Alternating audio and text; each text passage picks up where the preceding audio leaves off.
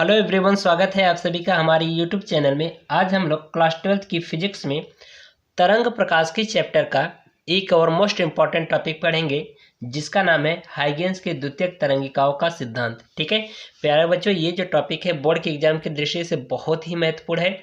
हर बार आपके बोर्ड के एग्जाम में पूछा जाता है। ठीक है, तो इस बार भी 2024 के बोर्ड के एग्जाम में 100% ये क्वेश्चन आएगा। तो इसलिए प्यारे बच्चों, इसको काफ़ी अच्छे तरीके से तैयार कर लीजिएगा। कम से कम ये 5 नंबर का क्वेश्चन आता है। ठीक है, तो प्यारे बच्चों, अगर आप अभी तक हमारे चैनल को सब्सक्राइब नहीं किया तो प्लीज़ प्यारे बच्चों आप सब्सक्राइब कर लीजिएगा और वीडियो को लास्ट तक देखिएगा। अगर वीडियो पसंद आती है तो वीडियो को लाइक और शेयर जरूर करिएगा। ठीक है, और एक खास बात और है कि 2022 में जो फिजिक्स का पेपर हुआ है, जो 2023 में जो फिजिक्स का पेपर हुआ है, इन दोनों पेपरों का मैंने कंप्लीट सोल्यूशन प्रोवाइड कर दिया है। अगर आप अभी तक नहीं देखें तो वीडियो का लिंक डिस्क्रिप्शन में मिल जाएगा, उसको जरूर चेक करिएगा, क्योंकि उस दोनों पेपर में बहुत ही मोस्ट इंपॉर्टेंट क्वेश्चन पूछे गए और उनमें से कम तो 50% क्वेश्चन तो इस बार बोर्ड के एग्जाम में फंसेंगे ही फंसेंगे।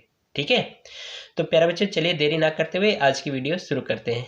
ठीक है, तो यहाँ पर मैंने हेडिंग डाला है कि हाइगेंस के द्वितीयक तरंगिकाओं का सिद्धांत। ठीक है, जो हाइगेंस नामक जो वैज्ञानिक हैं, इन्होंने द्वितीयक तरंगिकाओं के सिद्धांत में 3 प्रकार की परिकल्पनाएं दी है। ठीक है, पहली जो परिकल्पना है वो है कि अगर कोई प्रकाश स्रोत हो या कोई तरंग स्रोत हो, उससे जब तरंगे चलती हैं जिस माध्यम में, तो उस माध्यम के कण सभी क्या होते हैं, कंपन करने लगते हैं।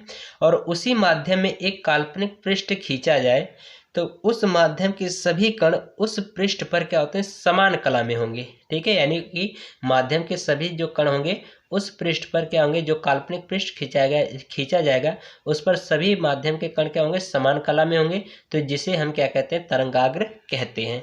ठीक है, ये समझ में आया? चित्र के माध्यम से समझिए।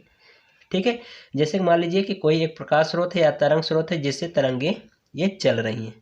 ठीक है, ये तरंगे चल रही हैं और हमने कहा कि ये जिस माध्यम में चलेंगी उस माध्यम के सभी कण क्या होते हैं, कंपन करते हैं। और ये जो कंपन की दिशा होगी वो क्या होती है, हमेशा लंबवत होती है।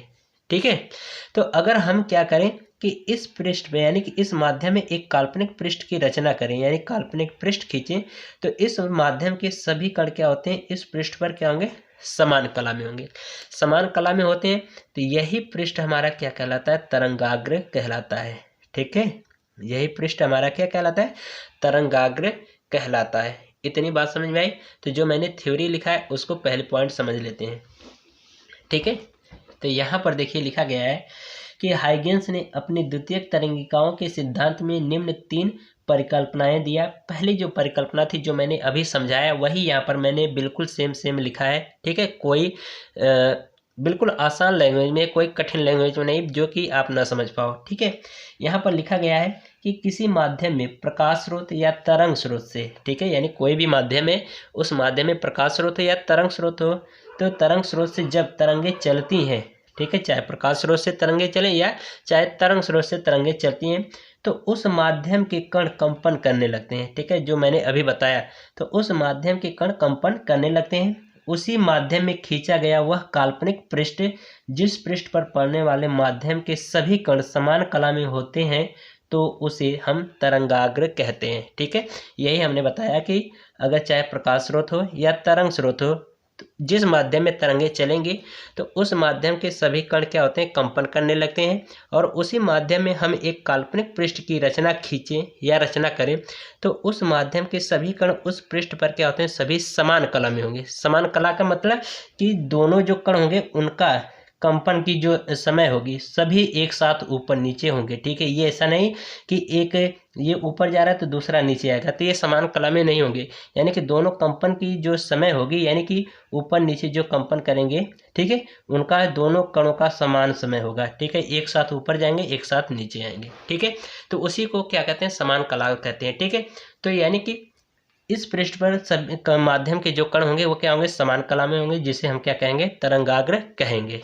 ठीक है, अब दूसरी पॉइंट में इन्होंने ये बताया कि जो दूसरी परिकल्पना थी, ठीक है, ये पहली परिकल्पना हो गई। दूसरी परिकल्पना ये हो गई कि जो ये पृष्ठ पर जो माध्यम के कण हैं, ठीक है, यानी कि जो ये जो तरंगाग्र है और इस तरंगाग्र पर जो ये माध्यम के कण हैं, ठीक है।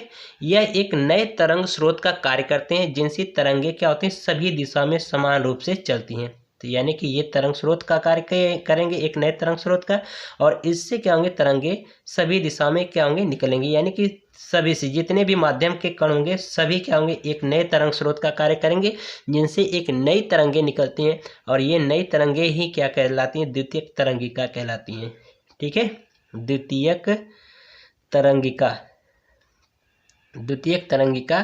कहलाती हैं। ठीक है, और ये जो द्वितीयक तरंगिका होती हैं ये उसी चाल से आगे बढ़ेंगी जिस चाल से ये प्राथमिक तरंगे आ रही थी। ठीक है, ये हमारी क्या होती है, प्राथमिक तरंगे, और ये क्या होंगे, माध्यम के कण अब नए तरंग स्रोत का कार्य करेंगे।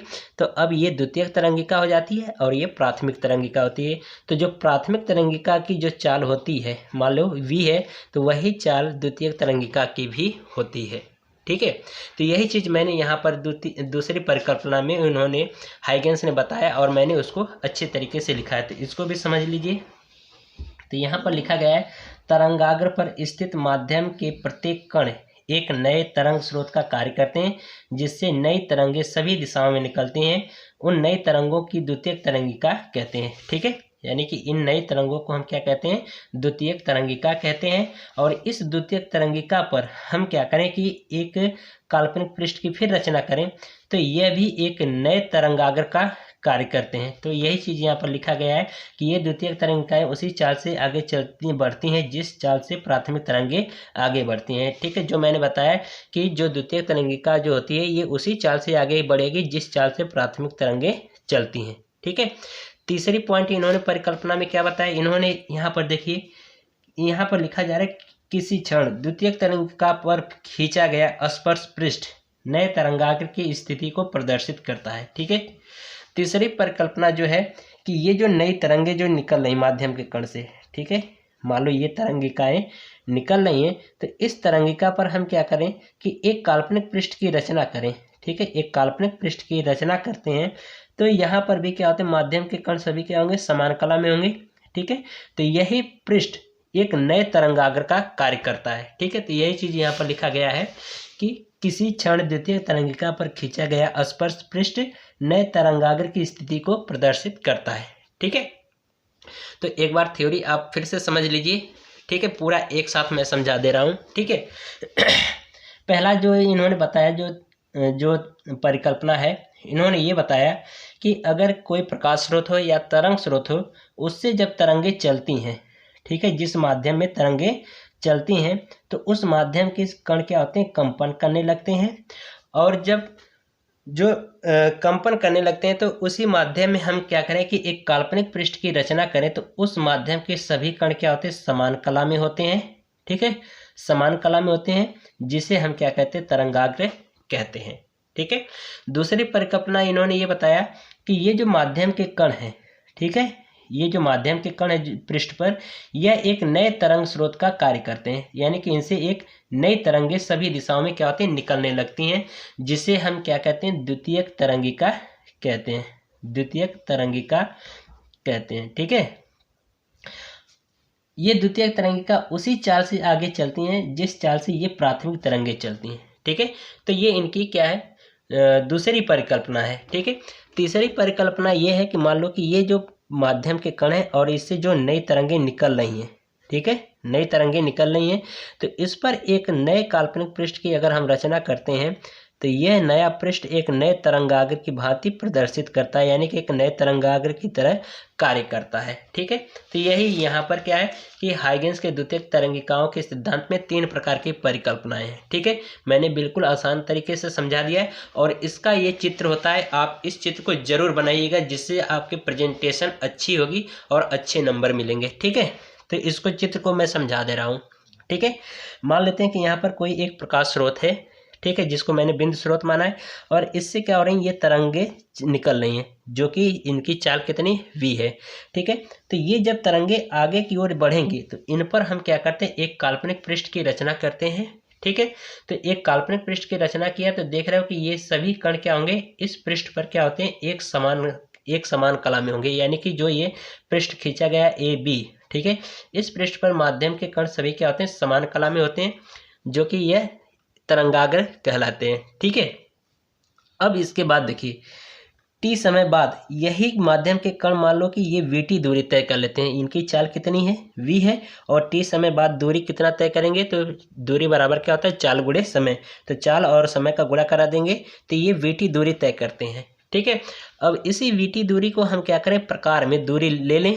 ठीक है, अब वो दूरी घटनी बढ़नी नहीं चाहिए, और उसी प्रकार से, ठीक है, यानी कि यही वाली दूरी लेकर के हम क्या करते हैं, ऐसे गोले का निर्माण करते हैं। यानी कि जो ये तरंगाग्र जो बनेगा ये कैसा बनेगा, गोलीय तरंगाग्र बनेगा। ठीक है, तो हमने 5 गोले खींचे हैं, तो आप भी 5 से कम 5 दर्शाइएगा, चित्र में अच्छे दिखेंगे। ठीक है, तो हम क्या करेंगे, 5 तरह के 5 गोले बना लेंगे वीटी दूरी के। ठीक है, और इस पे नंबरिंग कर देंगे 1 2 3 4 5। ठीक है, तो ये हमारा एक पहला तरंगाग्र होगा। ठीक है, और इसके बाद इसमें द्वितीय परिकल्पना में इन्होंने बताया कि जो तरंगाग्र है उस माध्यम से जो तरंगें निकल रही द्वितीय तरंगिकाएं, तो उस पर अगर हम एक स्पर्श पृष्ठ खींचें तो वह द्वितीय तरंगिका बना लेते हैं। तो अगर हम क्या करते हैं, इस पे एक स्पर्श पृष्ठ खींचें तो यह हमारा ए डैश बी डैश एक नया तरंगाग्र कहलाता है। यहाँ पर लिख दिया गया है नया तरंगाग्र। ठीक है, तो अब बाद में क्वेश्चन ये भी आता है कि इसके पीछे,